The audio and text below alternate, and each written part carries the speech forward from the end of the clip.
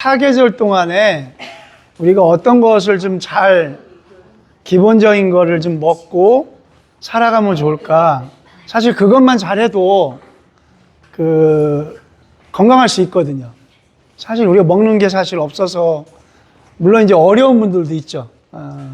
먹을거리를 제대로 보충받지 못하는 분들도 계시긴 하지만 대다수 지금 현재 뭐 먹을거리로 인해서 힘들어하는 사람들은 아주 극소수로 저희는 생각이 돼서 우리 그런 것에 비추어서 먹을거리를 좀 얘기했으면 좋겠고요.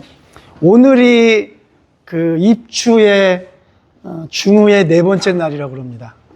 이렇게 얘기하면 이제 무슨 얘기인가 하실 수 있는데 8월 15일은 사실은 우리에게는 광복절이라는 단어가 있지만 숫자로 하는 날짜는 별로 의미가 없어요. 그냥 만들어 놓은 숫자에 불과한 거죠. 그러니까 옛 선조들은 입추의 절기에 어떤 현상이 일어나고 어떤 모습이 보여지고, 그러니까 이제 절기라는 것이 15일 단위로 되어 있잖아요. 24절기니까 24절기를 15일 단위로. 근데 15일도 이게 긴 거예요. 변화되는 현상에 있어서는. 그래서 이제 5일, 5일, 5일. 그래서 맨 앞반부 5일을 초후라고 그러고 중후라고 그러고 말후라고 그래요. 그럼 오늘은 입추의 중후의 네 번째 날입니다. 뭐 있는 것 같잖아. 그지? 그래서 근데 중후, 그러니까 그 두 번째 가운데 5일 단위를 5 초후, 중후, 말후. 그러니까 예. 그렇게 해서 그러니까 그렇죠. 전체로 하면 9일인데 이제 그걸 5일로 나눠서 이제 그렇게 이제 표현해 주는데 저는 절기가 되게 중요하다고 보거든. 절기로 저는 다 풀 수 있다고 봐요. 기후 위기 문제도 절기로 풀 수 있어요. 그러니까 절기가 사실은 수천 년 동안에 선조들이 15일도 길다 보니까 5일 단위로 변화되는 현상을 다 기록해 놓는 거예요. 수천 년 동안. 5일 동안에 되어지는 일들을. 절기마다. 그러니까 이제 여름은 더워야 돼요? 추워야 돼요? 그죠? 그래서 저는 이제 이런 거죠. 나는 생각한다. 고로 나는 존재한다잖아. 그러면 여름은 덥다. 더워야 열매가 익는다. 여름은 당연히 더워야 되고 더워야 열매가 당연히 익어. 근데 감자라든가 토마토라든가 오이라든가 이런 것들이 나 너희들처럼 더워 죽겠어. 나한테 에어컨을 켜줘. 그러면 열매들이 어떻게 돼? 그걸 설 익는다고 그래. 설 익으면 먹어요, 안 먹어요? 아무도 안 두거든요. 그러니까 여름이라는 건 인간만 유일하게 에어컨이라는 건 프레임가스를 만들어가지고 이걸 향유를 누리고 있는 거죠. 사실은 더워야 돼요. 최소한 27도, 28도까지만 해도 버틸 수 있단 말이잖아요. 35도 넘어가고 막 이러니까 힘든 거긴 한데 그러면 그거에 맞게끔 써주는데 초등학교들한테 가서 다 물어봤어요. 초등학생들 100명들한테 물어봤어요. 니네 실내 온도가 몇 도냐? 18도예요. 18도. 지하철 뭐 이런 관공서들이 사람들이 많다 보니까 아무래도 이산화탄소가 많이 나오고 열이 나오니까 온도를 이렇게 맞추는 거죠. 사실은 그냥 24도, 25도 맞춰놓고 선풍기 틀어놓으면 괜찮거든요. 그러면 기후위기도 극복할 수 있는 거거든. 그러니까 절기가 되어지지 않으면 저는 아무것도 안 된다는 생각이 들어요. 그러니까 여름은 덥다. 더워야 열매가 익는다. 거기다가 에어컨을 켜주면 설 익는다. 아무도 안 먹는다. 돈을 주어도 안 먹는다. 그러니까 사실 우리가 이제 그런 거를 철이 든다 그러는 거거든요. 24절이란 철이 든다. 철 든다. 농담으로 이제 저희 아내가 저렇게 철 작업을 하거든요. 그러니까 저희 아내는 철든 여자. 저는 안 하니까 철 안 든 남자. 예를 들어서 철든다라는 건 절기를 잘 지키며 살아가는 거거든요. 나중에 뭐 혹시 기회 되면 절기도 되게 재밌는 것들이 많이 있거든요. 그리고 의미 있는 것도 있고 사실은 그 이신경 교수님 계시지만 그 교회력하고 절기하고도 맞아 떨어져요. 우리는 봄, 여름, 가을, 겨울이라고 그러죠. 그죠? 일반적으로. 근데 사실 이건 틀린 거예요. 겨울, 봄, 여름, 가을로 돼야 돼요. 왜? 가을에 뭐가 되니까?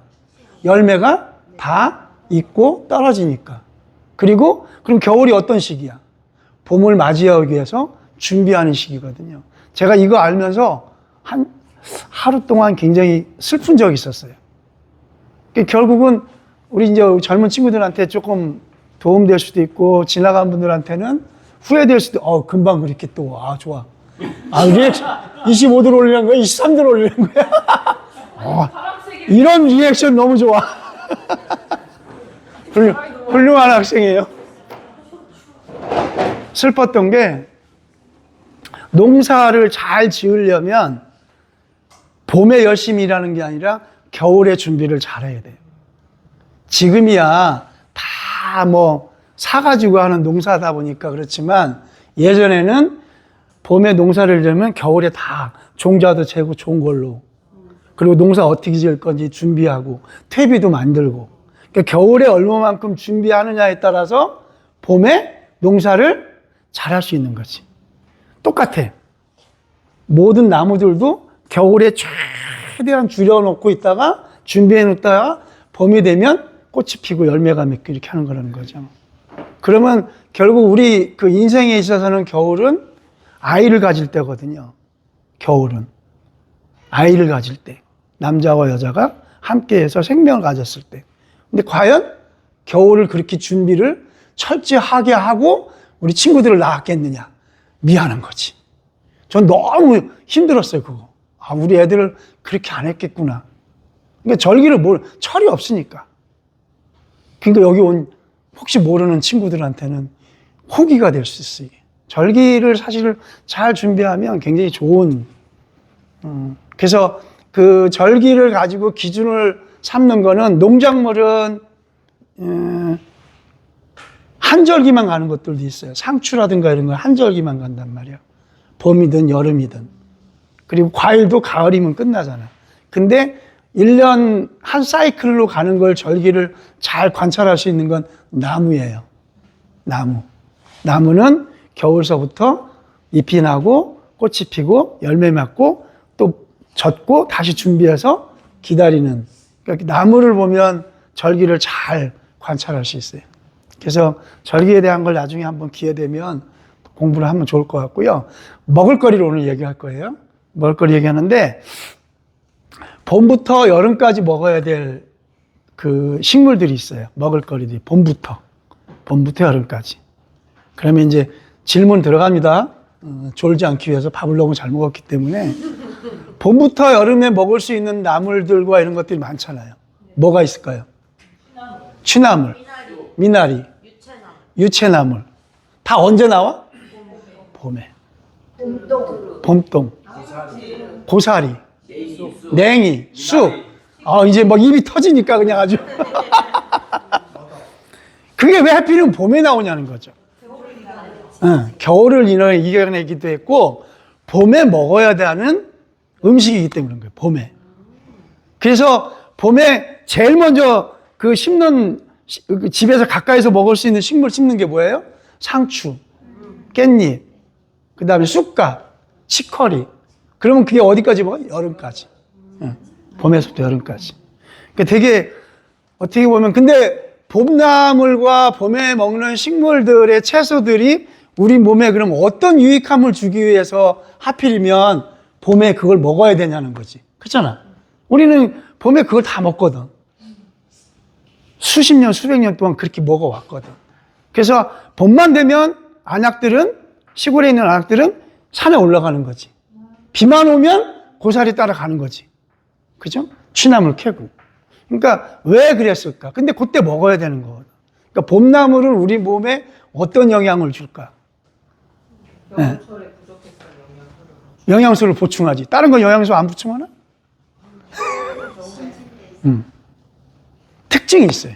봄나물의 특징은 우리 몸을 해독시켜주는 역할, 정화시켜주는. 그래서 혹시 상추를 많이 먹으면 어떻게 돼? 졸려요.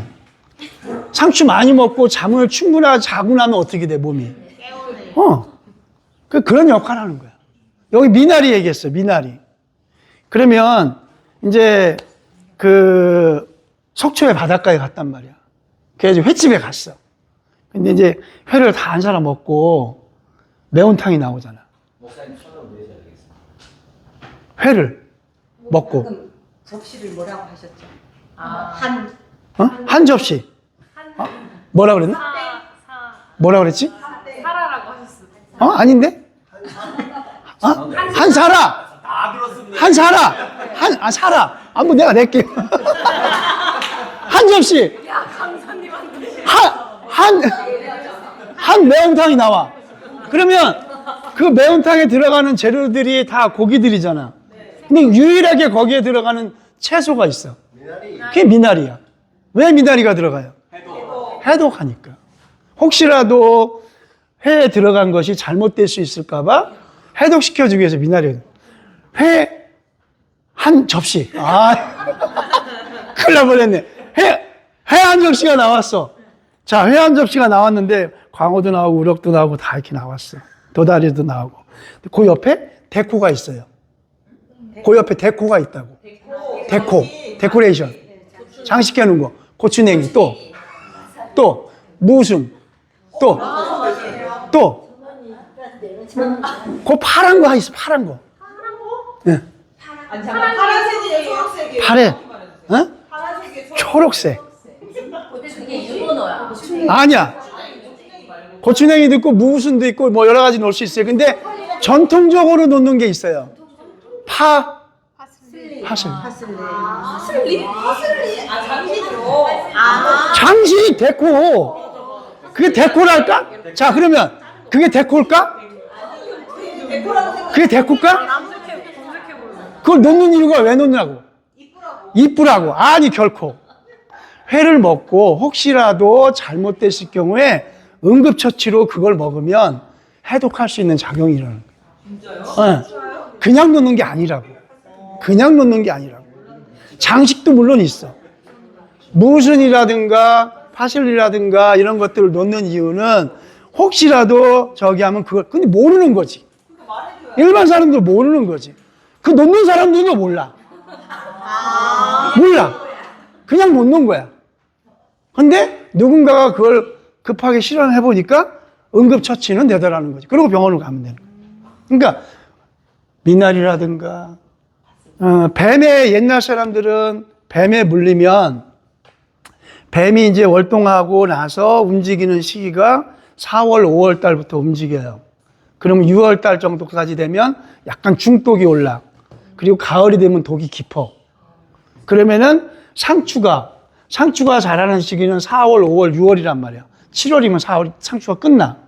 아까도 얘기했잖아. 상추를 많이 먹으면 수면작용이 온다고 그랬잖아요. 상추를 딱 끄트머리를 꺾으면 거기서 하얀 액체가 나와요. 그게 이제 정화시켜주는 작용을 하는 거예요.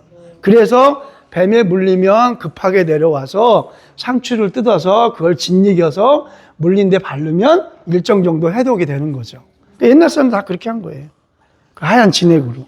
그러니까 단순히 그냥 우리가 이렇게 일반적으로 먹지만 그 이유와 특징이 있는 거지. 봄부터 여름까지는 그래서 잎채소를 많이 먹으라는 거예요. 봄부터 대부분 이제 채소도 대부분 안 먹잖아. 근데 그건 어떤 식으로라든지 우리가 교육도 하고 먹는 방법도 다양하게 할 수 있는 걸로 해서 먹을 수 있으면 좋겠다는 거죠. 그러니까 잎채소의 특징은 몸을 해독시켜주고 정화시켜준다. 그러면 어디 가서 이제 여기 지금 방송도 찍고 있어가지고 큰일인데 어디 갔더니 잎채소를 먹으면 몸이 해독이 된대. 그런 역할이 크다는 거예요. 그런 역할이. 그래서 봄부터 여름까지는 잎채소를 많이 드시라는 거죠. 그러면 7월 되면은 6월부터 7월 되면 장마가 온단 말이에요. 장마가 오고 7월이 되면 해가 뜨겁단 말이야. 그러니까 잎채소들이 어떻게 돼? 해에 뜨겁고 비에 묻히고 그러니까 이게 썩는다고. 그래서 여름에 끝날 쯤에는 잎채소들이 못 자라는 거예요. 산에 있는 것도 마찬가지로. 그러면 이제 여름에 이제 먹어야 될 식물들이 있는 거죠. 그러니까 여름에는 주로 그럼 여름부터 가을까지는 뭐를 먹느냐? 여름에서 가을까지 먹는 게 대부분 뭘 먹어요? 과일. 대부분 과일. 목사님 죄송한데 조금 뒤로 그럴까요? 거기 예. 더 아, 요렇게 할까, 그러면 이렇게? 요거에? 예, 예. 요렇게 하면. 제가 예. 예. 요게 있어가지고요. 그래서 여름에는 가을까지 주로 먹을 수 있는 게 과일이에요. 근데 여러분들 지금 상 앞에 있는 뭘 먹고 있는 거예요? 이게 되냐는 거지. 예. 그러니까 이제 아무 생각 없이 사는 철없는 행동들을 우리가 일상에서 어마어마하게 하고 살아가는 거죠. 그러니까 사실 이거는 겨울에 먹죠. 그러니까 겨울에는 없어요. 원래 과일은 겨울에 먹을 수 있는 게 아니에요. 예. 여름에만 먹는, 과일은 여름에만 먹는 거야. 근데 유일하게 이제 귤이 있으니까 그때 나오고 그러니까 남쪽에 있는 게 그러니까 먹는 거지 다른 거 먹으면 안 돼. 자, 그러면 질문 들어갑니다. 딸기는 언제 먹어요? 봄에. 예. 이마트 나오면. 자, 여러분들의 마음을 제가 다 압니다. 머리로는 다 겨울이고 입으로만 여름으로 얘기하고 있는 거예요. 딸기는 겨울에 먹고 있어요. 예. 여름에 먹는 딸기 하나도 없어요. 여러분들 먹는 거. 예. 노지 딸기는 여름에 나와요. 6월에 나와요. 6월부터 여름이 시작되니까. 6월 중순에 나와요. 근데 겨울에 먹는 건 어떤 거예요? 예, 다 하우스 하는 거죠. 열로. 그럼 하우스는 왜 여름에 안 하고 겨울에 하세요? 예? 아니, 여름에 하우스를 어떻게 해? 아니 원래 여름에 나는 애를 왜 굳이 겨울에 키우냐? 겨울은 왜 그럴까? 자, 그럼 물음표. 왜 그럴까? 유통을 잘 시키는 이유는? 비싸게 팔수 있어서. 그래서 굳이 여름 과일을 겨울에만 파는 거예요? 딸기를 여름에 유통하면 짓무르고 해서 상품의 가치가 떨어지니까. 그렇죠. 편의성과 기타 등등. 그러니까 하우스 안에다 열을 떼서 만들어내도 그만큼 돈을 받아도 그리고 여름엔 늘 딸기 먹는다 생각했는데 겨울에도 먹을 수 있다니까 눈이 번쩍 띄는 거지. 그런데 생각해 보세요. 잘 생각해 보세요. 질문 또 해볼게요. 여름에부터 가을까지 먹는 게 대부분 과일인데 여름부터 가을까지 과일을 먹는 이유가 뭘까요? 수분 또 당보충 또 쉽게 설명하면 덥기 때문에 뭐 하려고? 살추가 일어나죠. 너무 어려운 말 하지 말고 그렇지. 이렇게 얘기해야 돼. 이렇게 얘기해야 돼. 이미 알잖아. 몸을 식히기 위해서. 몸을 식히기 위해서. 그러니까 쉽게 말하면 과일을 먹는 거는 여름에 먹는 거고 여름에 제일 많이 먹는 게 뭐예요? 수박을 먹는 이유는 몸을 식히기 위해 시원하게 하기 위해서 먹는 거예요. 그래서 여름에 먹는 과일들은 다 몸을 차갑게 한다. 왜? 몸이 뭐 하니까? 더우니까. 근데 이걸 언제 먹어? 딸기를? 겨울에 먹으니 겨울에 추운 데다가 뭐한 걸 뭐해? 추운 걸 또 보내는 거예요. 그러니까 몸이 정상이 될 수가 없는 거예요. 네, 그건 이제 교수님에게만 해당되는 거고요. 대부분은 다 겨울에 딸기를 우리나라 겨울에서 옛날에는 귤이 1위였는데요. 지금은 딸기가 1위예요. 네, 비싸요. 비싼데도 딸기가 1위예요. 네, 어마어마하게 먹어요. 그러니까 그렇지. 그래서 여름부터 가을까지는 대부분 과일이죠. 그러면 자 여기서 질문 들어가 볼게요. 옥수수, 고추 다 맵잖아요. 어떻게 보면. 그리고 옥수수는 뜨겁게 삶아서 먹잖아. 그럼에도 불구하고 차가운 음식이라는 거예요. 여름에는. 그래서 여름에 나오는 대부분의 식물들은 거의 다 우리 몸을 시원하게 해주기 때문에 그 시기에 먹는 거예요. 너무 경이롭게 쳐다보진 말고. 그래서 여름에 사실은 몸을 시원하기 위해서 그걸 먹는 거예요. 사실 이유는 단 한 가지예요. 물론 이제 거기에 따른 뭐 수분 섭취라든가 뭐 여러 가지 영양가 이런 게 있겠죠. 근데 큰 특징 중에 식물의 큰 특징을 보면 그러면 이제 제일 이제 중요한 게 이제 하나 마지막 남아 있는 게 그러면 가을서부터 이듬해 봄까지. 이게 좋은 거예요. 이게 저는 이제 오늘 드리고 싶은 얘기인 거예요. 가을서부터 이듬해 봄까지. 이때 먹는 식물은 무슨 식물들일까? 뿌리 식물이에요. 정답이. 예. 밤이나 감이나 이런 거. 그건 여름. 여름이에요? 예. 그건 다 이제 저장하거나 이렇게 해서 이제 여름에 어쨌든 간혹 이제 뭐 그렇다고 해서 겨울에 뭐 과일을 먹지 말라 이게 아니라 훨씬 더 많이 먹는다는 거예요. 어떤 사람은 어떤 집안은 아침을 과일로 먹는 집이 있어요. 봄, 여름, 가을, 겨울. 과일로. 아침에. 그게 몸이 어떻게 되겠냐고. 냉해지는 거죠. 그러면 반대로 생각하면 겨울서부터 가을, 늦가을부터 이듬해 봄까지 먹어야 될 음식이 뿌리 음식이라고 그랬어요. 뿌리 음식이 뭐가 있어요? 인삼, 연근, 고구마, 당근, 무, 또 요거밖에 안 나와요? 마늘. 그렇지, 양파, 도라지, 더덕, 비트, 예, 또 충남 홍산에 가면 풀모고등학교라는 학교가 있어요. 그 풀모고등학교는 학생들 면접을 해서 이제 최종 합격을 하는데 최종 면접의 그 질문지가 뭐냐면 네가 알고 있는 새 10가지. 새 이름. 예. 그 다음에 네가 알고 있는 뿌리식물 10가지. 대부분 4가지, 5가지는 알아요. 근데 10가지 넘어가기 쉽지 않아요. 예. 게임합시다. 예. 그래서 뿌리 음식이 사실은 되게 중요한 거예요.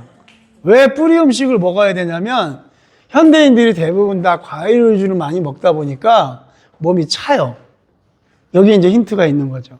그럼 뿌리 음식은 우리 몸을 따뜻하게 한다. 뿌리 음식은 거의 다 그래요. 거의 다. 몸을 따뜻하게. 근데 뿌리 음식 먹기가 귀찮아요. 음식 하기가 힘들어. 뭐 단순한 것도 있지만 대다수는 다 양념을 해야 되고 맛있게 하려면 그걸 시간이 오래 걸린단 말이에요. 그러니까 뿌리 음식이 사실은 우리 몸을 제일 따뜻하게 해주는 거거든요. 그래서 저는 가능하면 평상시에 그냥 뿌리 음식을 많이 먹어둬라. 뭐 도라지든 더덕이든 인삼이든 누가 말하더라도 홍삼도 뭐 홍삼은 인삼을 가공해서 만든 게 홍삼에 말려서 홍삼이 따로 있는 게 아니야. 예.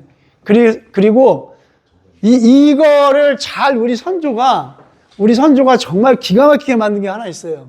그걸 내가 오늘 설명을 드리려고 그래요. 이제 겨울 되면은 뭐를 해요? 겨울 먹을 양식을 이제 집에서 김장을 하죠. 자, 김장하는 거 보세요. 배추는 사실은 백해무익해요. 배추만은. 왜냐하면, 죄송해요. 아주 잘해주셨어요. 배추는 가래를 유발하는 요소가 나와요. 그래서 가래가 많이 나오시는 분들은 배추를 좀 덜 드시면 좋아요. 네. 근데, 그러면 우리 음식은 다 궁합이라는 게 있어요. 배추는 가래 요소가 나오는 반면에 가래 요소를 삭히는 게 있어요. 그게 무예요. 그래서 우리 어렸을 때는 저희 할머니가 독에다가 무를 이렇게 파묻어 놨다가 이제 겨울 되면은 감기라는 걸 걸리잖아요. 그러면은 그냥 그 무국만 3일 끓여서 먹고 나면 나아요. 이유는 무는 뿌리 음식이고 뿌리 음식은 우리 몸을 어떻게 한다? 따뜻하게 이열치열로 해서 열을 빼서 열을 막아서 무만으로 기침도 머물게 하고 무는 가래를 삭힌다고 그랬잖아요. 기관지를 보호해주고. 그러니까 사실은 굉장히 무가 되게 좋은 음식이에요. 근데 요즘 무는 그렇게 영양가가 없어요. 이유가 있어요. 왜 그러냐면 옛날에는 무를 키울 때 지금은 스프링클러라는 게 잘 돼 있어요. 비가 안 오면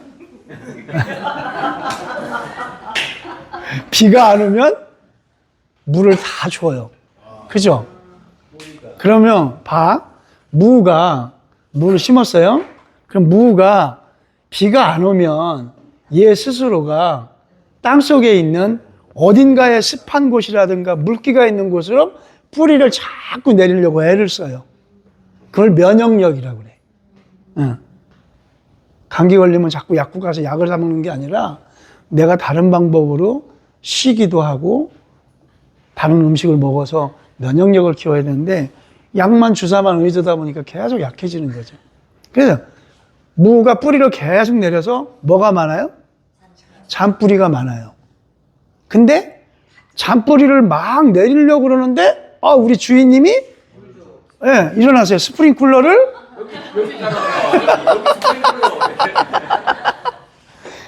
돌려서 물을 딱 주니까 일을 해, 안 해?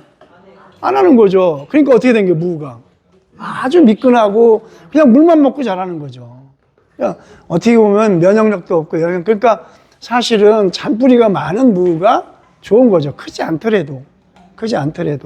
근데 김장을 담글 때 제일 많이 들어가는 게 뭐예요? 무란 말이에요. 무채 써는 게 되게 많단 말이에요. 김장을 들어갈 때. 양념으로. 그러니까 배추는 가래 요소가 있으니까 조상들이 알았는지 몰랐는지 모르지만 제 생각에는 가래를 삭히는 무를 넣은 거예요, 거기다.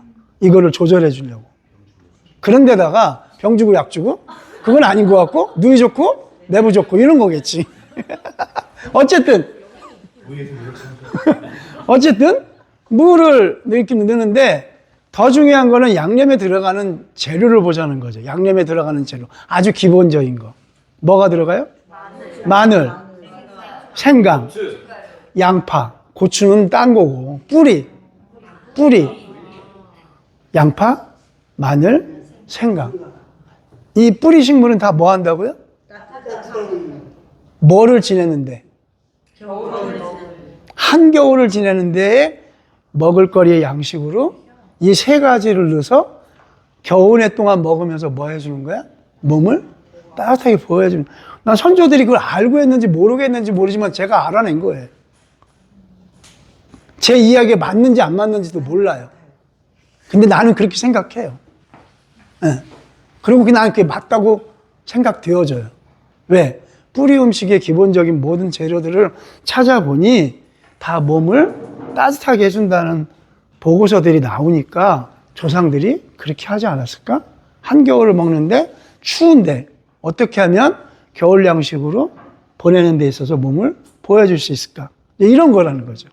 그래서 겨울에 어쨌든 가능하면 뿌리 음식을 좀 많이 먹었으면 좋겠다. 그래서 봄부터 여름까지는 잎채소 중에 몸을 정화시켜주는 음식들을 먹었으면 좋겠고, 여름부터 가을까지는 더우니까 과일 같은 거를 풍성하게 해서, 물론 다른 거보다 좀 더 많이 먹는다는 거예요.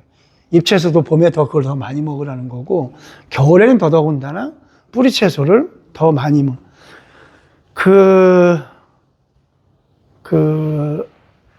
보고서에서 나온 자료는 아니지만 제가 이렇게 이제 생각을 해보면 몸에 있는 아주 나쁜 세포가 하나 있죠. 우리 사람들에게 있어서 아주 괴로운 세포가 있죠. 그게 암세포죠. 예. 암세포라는 놈은 찬 거를 무지하게 좋아합니다. 그래서 암 환자들은 거의 다 추워요. 아주 추위를 잘 타요. 그러니까 그런 것도 생각을 해보면 먹을거리에 있어서 너무 과도하게 찬 음식을 많이 먹을 때 암세포도 더 많이 달라붙을 수 있지 않을까 하는 생각이 드는 거예요.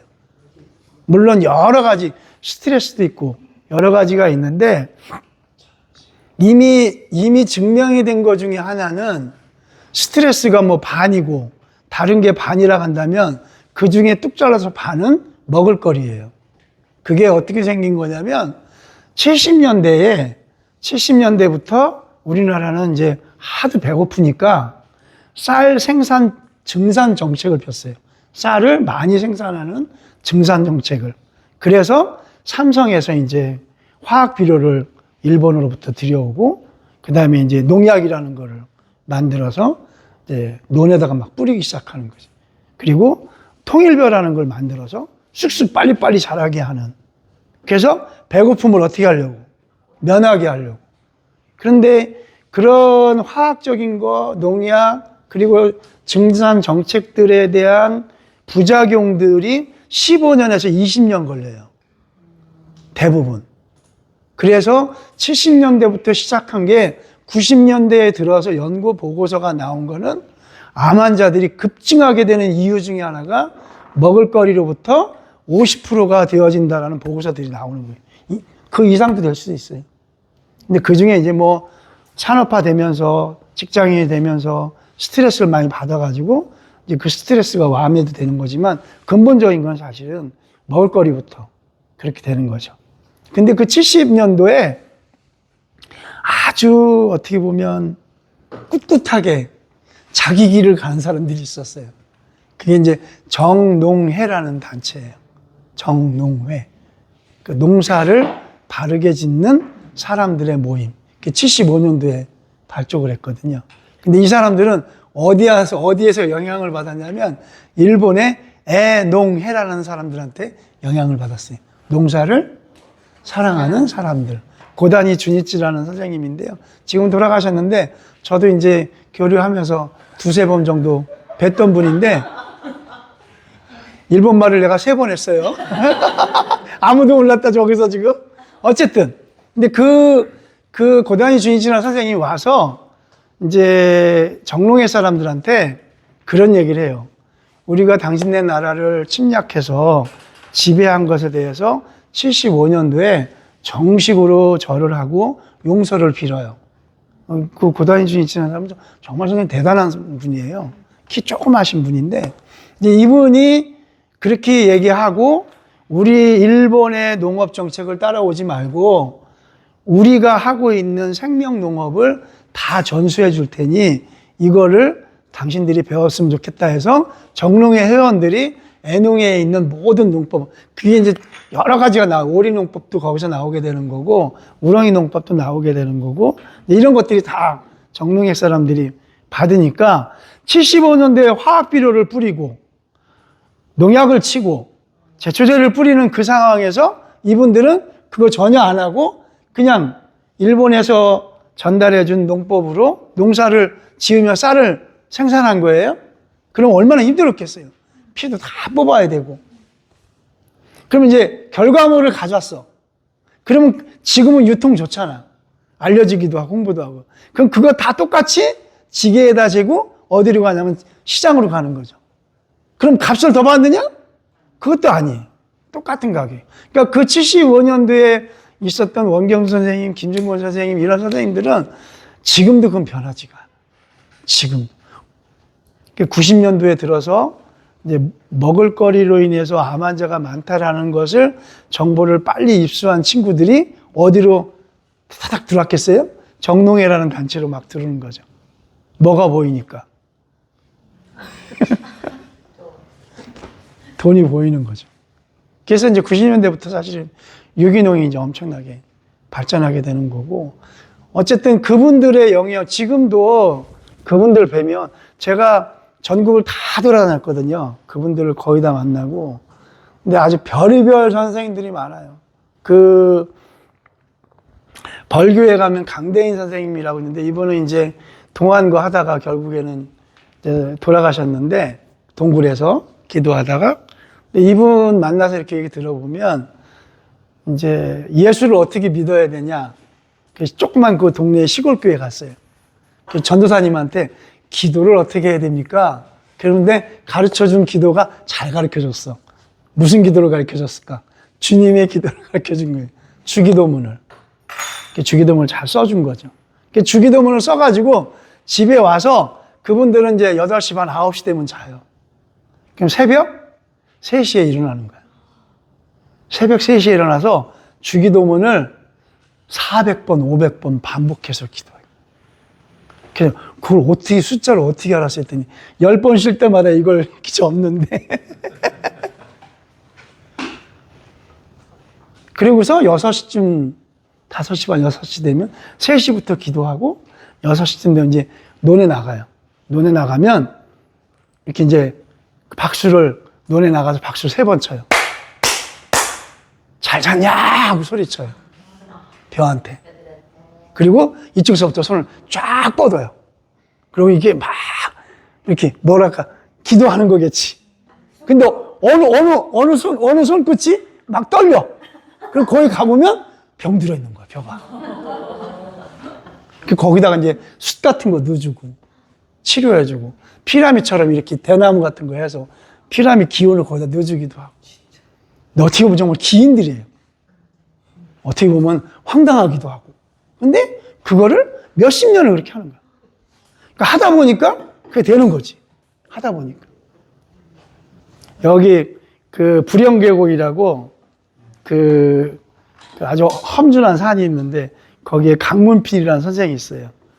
예, 고추 농사를 많이 하시는 분인데 그 강문필 선생님한테 가면 이제 그 일꾼들을 구해야 되잖아요. 일꾼들을. 그러면 이제 아침에 이제 봉고차를 가지고 마을로 내려가요. 그러면 할머니들, 할아버지 이렇게 나와요. 그러면은 물어봐요. 어제 혹시 기분 나쁘신 분들이 있었으면 무슨 일이든 간에 무슨 일로 인해서 기분 나쁜 일이 있으면 이쪽에, 괜찮은 일이 있으면 이쪽에. 그러면 이제 기분 나쁘지 않았던 분들만 모시고 오는 거야. 그 이분들 기분 나쁠 거 아니야. 그잖아. 근데 이분들이 꼭 있어. 꼭 이 자리에 나오는 분들이 몇 사람 있어, 늘. 그 이유는 뭐냐면 이분들한테는 하루 품삯이 8만 원이면 4만 원 반값을 줘요. 어제 기분 나쁜 일을 술 한잔 드시고 점심 드시고 푸시고 내일 기분 좋은 마음으로 또 오시라고. 이 자리는 늘 있어. 왜?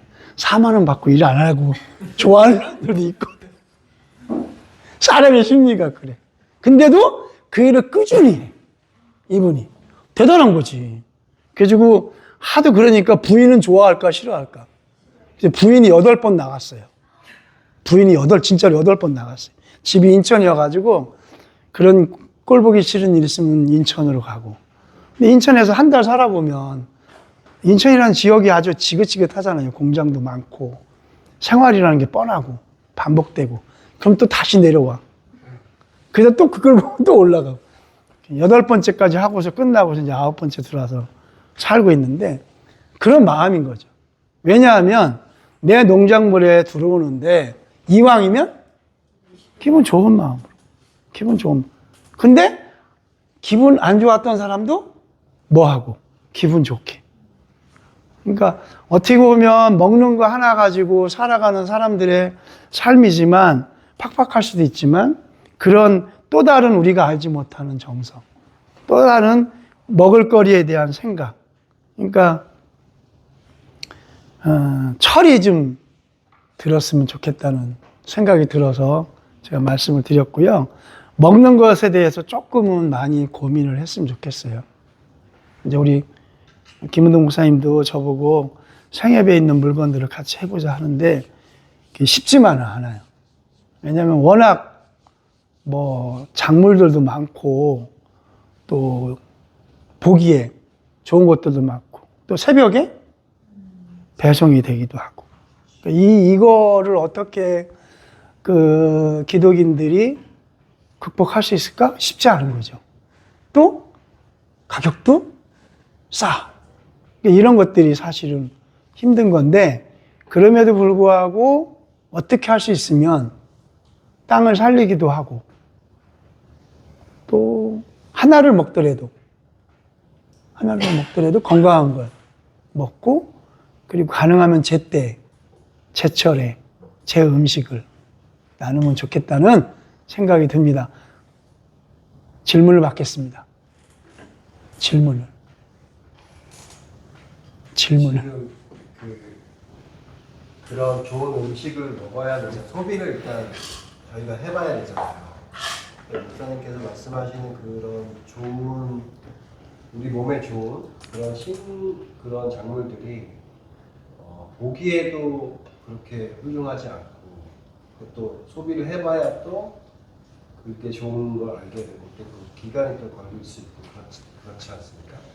그래서 이제 저희는 사실은 그런 것들을 알고는 있는데 그런 것들을 소비를 하고 싶은 마음도 있고 그러니까 그런 것들을 저희가 이렇게 같이 해볼 수 있는 그런 예. 것들을 소개할 수 있는 좋아요. 제일 좋은 거는 사실은 이제 요즘에는 공동구매를 하는 게 제일 좋아요. 가능하다 그러면. 그리고 가능하다 그러면은 저는 이제 한국에서는 제일 기본적인 게 발효식품이라서 발효식품들을 잘 활용한다고 하면 되게 좋거든요. 그러니까 저희 여기 앞에 장독이 많잖아요. 그러니까 저기도 이제 도시 사람들이 와서 한 10가구, 12가구 와서 한 항아리 해가지고 1년에 3번 오거든요. 3월 달에 와서 장 담고 5월에 이제 가르거든요. 된장하고 간장하고. 그럼 2가지의 발효식품이 나오는 거죠. 장 가르고 5월에.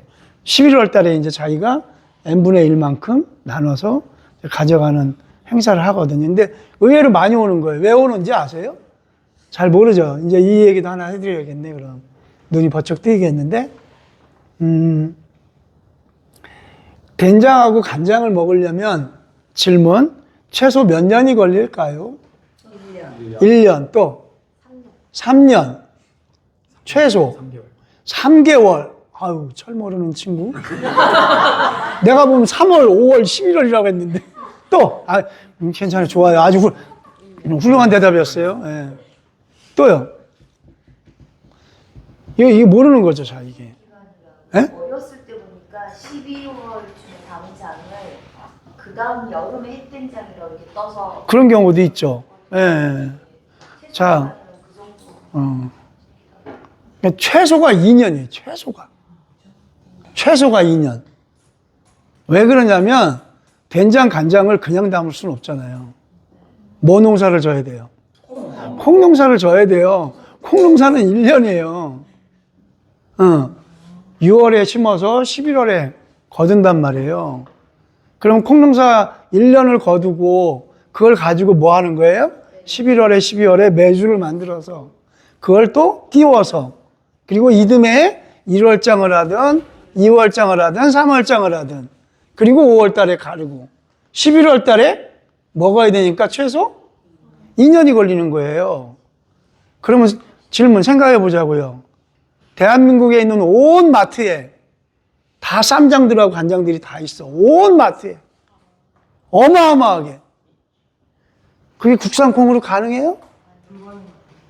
국산콩 자급률은 7%도 안 돼요. 우리나라. 그럼 그건 다 남미에서 오는 GMO 콩이에요. 대기업이 다 그걸 인수해서 온다고요.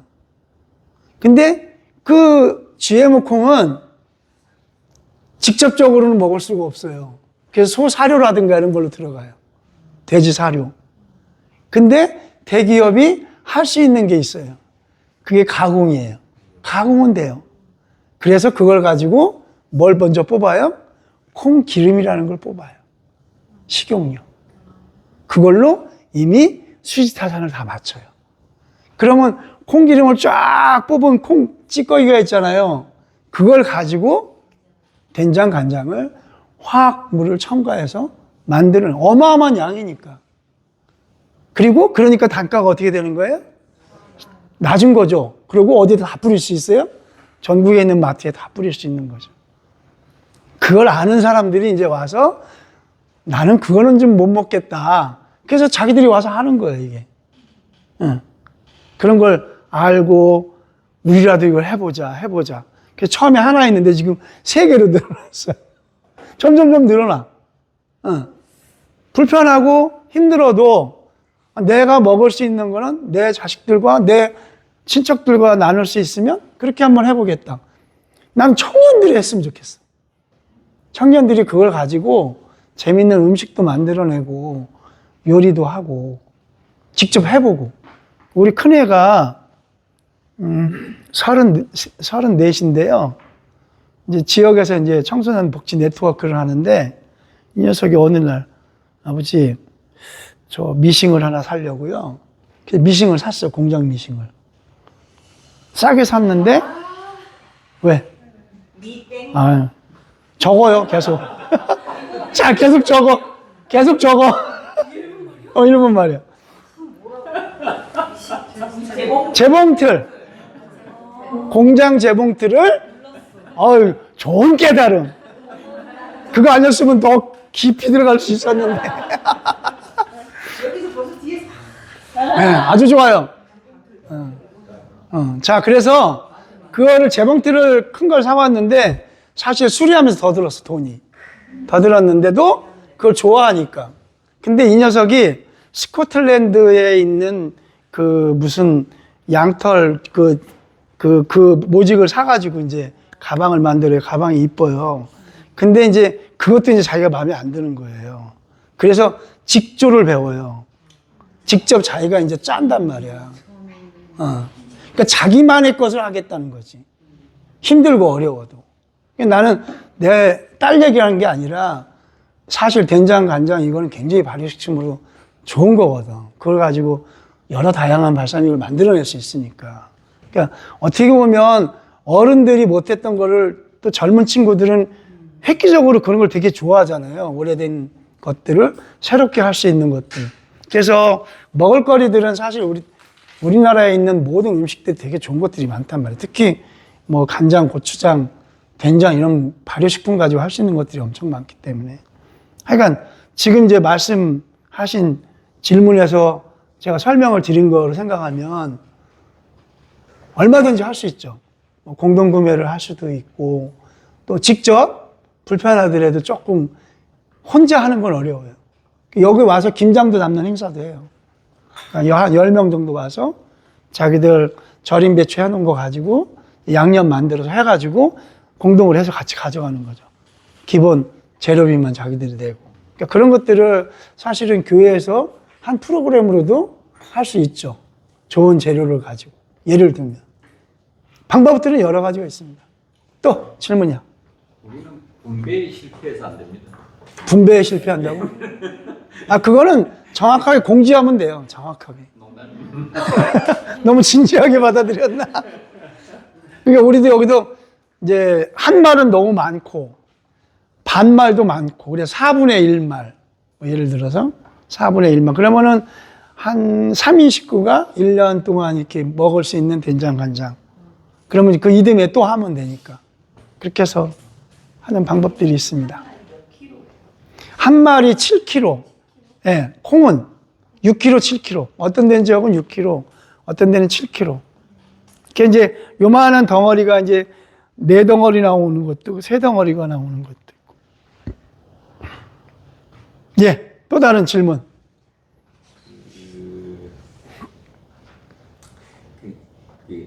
농사와 먹거리 혹은 이제 농사와 저번에 이제 KBS 이런 거 보면서 농사와 이제 영성 이게 어떤 그런 연관 같은 것도 한 말씀 해주시죠. 저는 지금이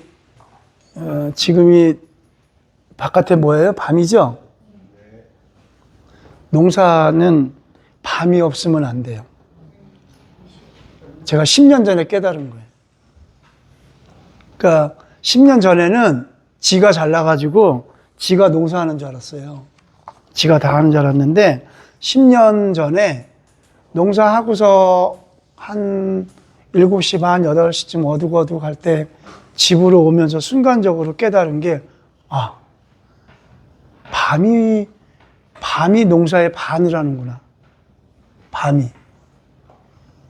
밤에 식물들은 자요, 안 자요? 식물들 자요? 밤에?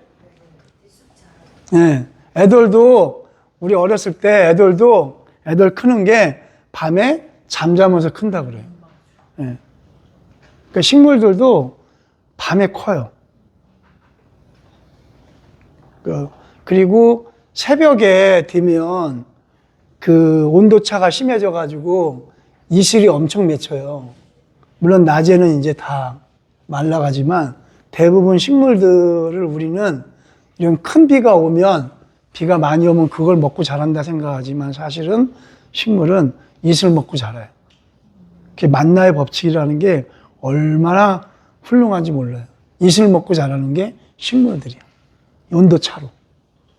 그러니까 그런 거를 생각하면 지난번에도 말씀드렸지만 벼 한 포기에서 나오는 산소의 양이 나무 한 그루에서 나오는 산소의 양하고 같은 걸 생각하면 어떻게 밥 한 그릇을 단 돈 300원으로 400원으로 송파구는 물론 1,000원이라 하더라고요. 강남은 그렇게 취급할 수 있겠냐는 거지. 홍수도 담보하고 물도 정화시키고 산소도 내뿜어주는 그 가치를 생각한다 그러면 경제적인 관념으로만 생각하는 거지만 더 큰 범위 생각하면 왜 농사를 해야 되는지 그리고 왜 그걸 우리가 소중하게 해야 되는지 이런 거는 그래서 저는 부쩍 밤이 좋아졌어요. 이 밤이 일찍 자요. 너무 늦게까지. 일찍 자고 언제? 일찍 일어나서 뭐 하고? 주기도문 외우고 들판에 나가서 찌릿찌릿하면 뭘도 주고 기도해주고. 아니 그러니까 어떻게 보면 저는 이제 농사 이렇게 지면 이제 이렇게 엊그저께가 보름이었는데 보름달이 환하게 뜨면 대부분 뭐가 밝다 그래요? 달이 밝다 그러잖아요. 근데 우리 교회 권사님은 달이 밝은 게 아니라 하늘이 맑은 거래. 그러니까 그런 거를 어떻게 알았을까? 농사 지면서. 그리고 지난번에도 얘기했는지 모르지만 풀이 많은 거를 우리는 귀찮아하잖아요. 풀을 이길 수는 없어요. 아무리 농사 잘해도 풀은 못 이겨요. 근데도 우리 어르신은 풀이 잘 자라야 뭐가 잘 자라? 곡식도 잘 자라. 풀이 잘 자란다는 건 이미 거기에 영양분이 많다는 거죠. 그러니까 풀만 어떻게 해주면 곡식은 잘 자란다는 거죠. 근데 우리는 늘 편리주의에 있다 보니까 풀이 이제 불편한 거로만 생각하는 거죠. 제가 양재성 목사한테 야, 밤이 기가 막힌 거야. 밤 아니면 농사 못했더니 야, 넌 어떻게 하나만 하냐. 그러면 낮이 싫어하잖아. 물론 낮도 귀한 역할을 하죠.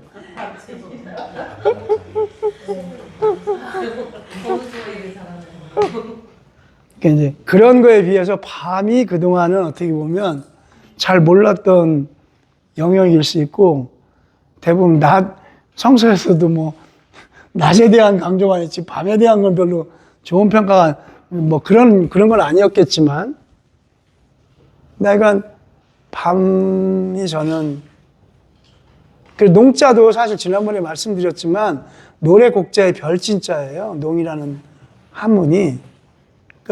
야, 우리 선조들이 어떻게 농사를 지면서 그렇게 한맺히고 힘들고 어려웠는데도 불구하고 노동요를 부르고 노래를 부르고 별을 보고 그 별이 움직이는 거에 따라서 어떤 때 조별이 이렇게 왔으면 심어야 되고 조별이 이렇게 오면은 일을 해야 되고 조별이 이렇게 오면은 거두어야 되고 저 별을 보고 일을 하는 거거든.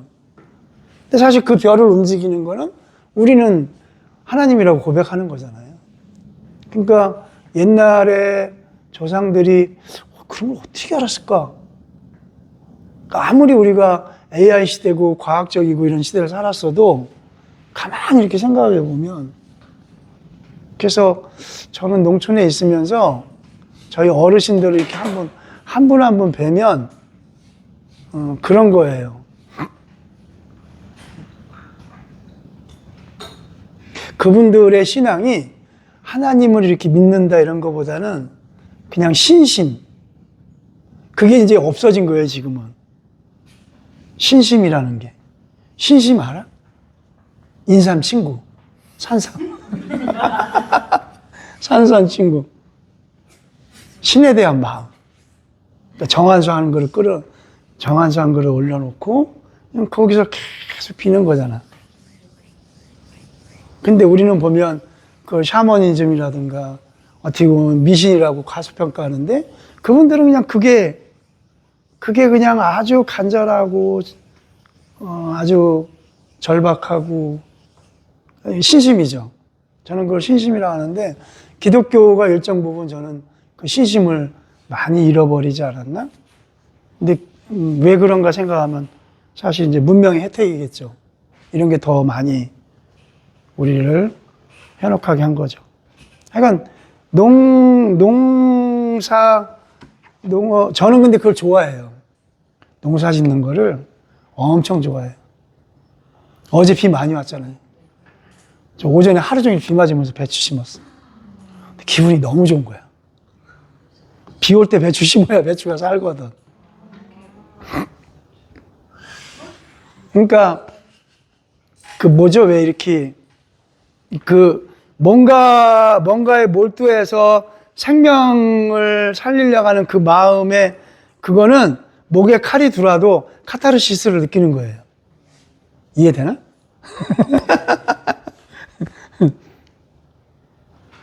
어제도 이제 한 5시간 쫄딱 비 맞고 옷 다 젖었는데도 끝나고 나니까 이제 배추에 요만한 것들이 쫙 있는 게 너무 이쁜 거지. 근데 그게 잘 살아야 되는데 쉽지 않아요. 약을 치고 막 하지 않는 한 쉽지 않아요.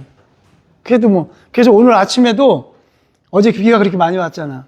근데도 오늘 아침에 내 트럭에 지금 큰 파란 통이 하나 있어요. 거기다 물을 잔뜩 실어가지고 아침에 물조리개로 탁 받아서 쭉 주고 이거를 15번, 2시간. 근데 사람들은 그러죠. 그거 뭐 호스를 연결해서 스프링클러를 좀 하지. 근데 난 이게 좋은 거예요. 이게.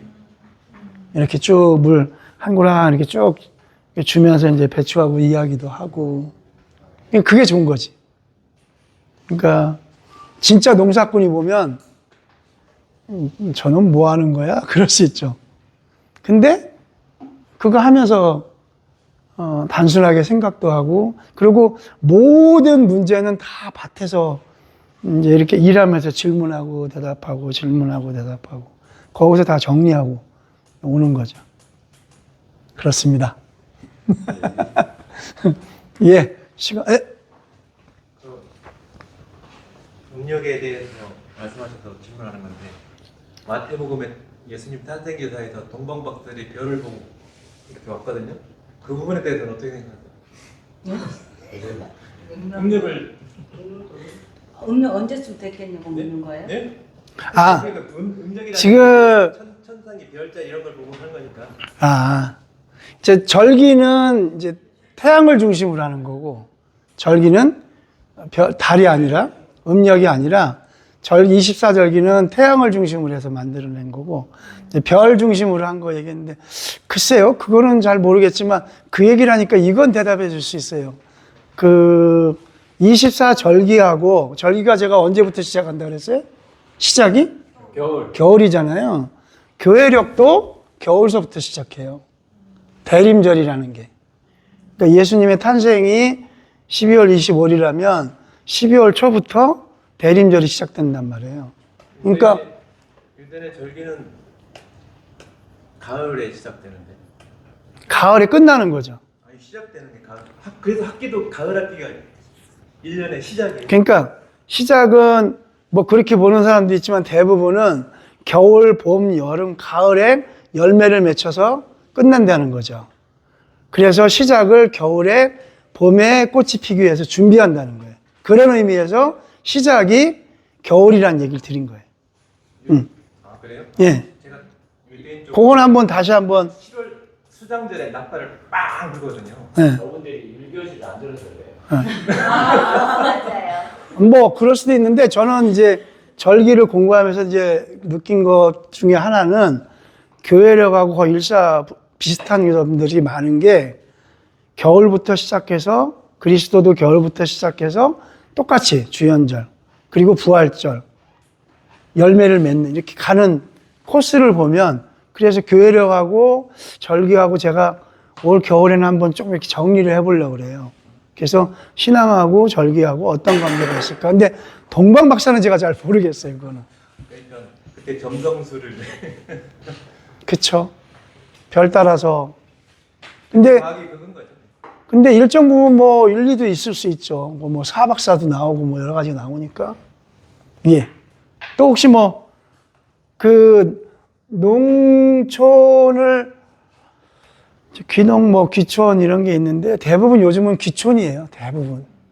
농사라는 게 사실 쉽지 않아서 텃밭 정도를 하고 이제 귀촌을 하는데 저는 이제 그런 생각이 이제 강의할 때 그런 얘기를 많이 드려요.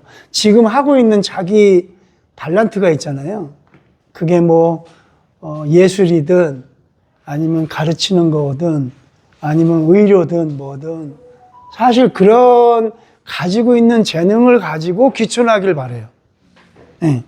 그걸 조금 더 어떻게 요즘에 뭐 워낙 좋은 시대니까 유튜브로도 할 수 있고 그래서 그 무조건 와서 뭐 농사만 짓겠다 이런 생각보다는 내가 가지고 있는 재능을 가지고 어떻게 하면 귀촌해서 그것과 더불어서 풍성하게 만들어낼 수 있을까? 청년들이 오길 원해요. 청년들. 청년들이. 근데 이제 뭐 그건 좀 정책이 되어야 되는 거지, 정책이. 청년들 제가 이제 조사를 해봤어요. 청년들이 시골에 안 오는 이유가 뭘까? 그 1순위가 그 시골로 가면 내가 처진다는 이렇게 밀려서 쫓겨서 아니면은 뭐 절망감이 들어서 그렇게 오는 게 거의 1순위예요. 물론 그렇지 않은 친구들도 있죠. 자기가 선택해서 오는데 대다수의 이제 평균적으로 보면 언제인지 왠지 모르게 여기에서 내가 대등하게 하지 못해가지고 밀려난 듯한 느낌으로. 사실 그럴 필요는 없죠. 예. 청년들이 어쨌든 그 서너 명이 와서 저는 그 생각도 해봤어요. 낮은 자리 교회에서 청년들이 만약에 오고 싶다 그러면 두 사람의 그 뭐죠? 뭐라 그래요 그거? 최저임금? 네, 최저임금을 주는 거죠. 주고 그리고 거기 가서 주 5일 동안 뭐 농사도 해보고 어르신들하고 인터뷰도 해보고 또 거기에 이제 독특한 사람들을 만나서 정리도 해보고 그래서 그거를 2달에 한 번씩 낮은 자리 교인들한테 공유해주고 그리고 뭐 가을이든 겨울이든 한번 와서 또 그런 삶을 어떻게 하는지를 그 마을을 보기도 하고 그렇게 해서 조금씩 스며들고 적응이 돼야 되지 이게 이제 막 한꺼번에 와서 막 하다 보면 그게 좋을 수도 있지만 결국에는 또 실패할 확률도 많아요. 오히려. 그래서 그런저런 거를 한번 고려한다면 제가 해보려 하다가 한 교회가 못했어요. 그거를. 청년들까지 다 내정하고 월 100만 원씩 그 교회에서 2명을 해서 이제 2천만 원 예산까지 세워가지고 했는데 그 교회가 재개발되는 바람에 그걸 못했어요. 됐는데 그런 방법도 있다는 거죠. 한번 고민을 해볼 수 있으면 다양한 방식으로 고민을 해보면 그렇게 해서 조금 어떻게 보면 이제 아는 게 중요하거든요. 모르는 것보다는 알고 하는 게 훨씬 더 지름길 갈 수 있는 거고 그다음에 이제 비빌 언덕이 있으면 더 좋고. 네, 없으면 마치겠습니다.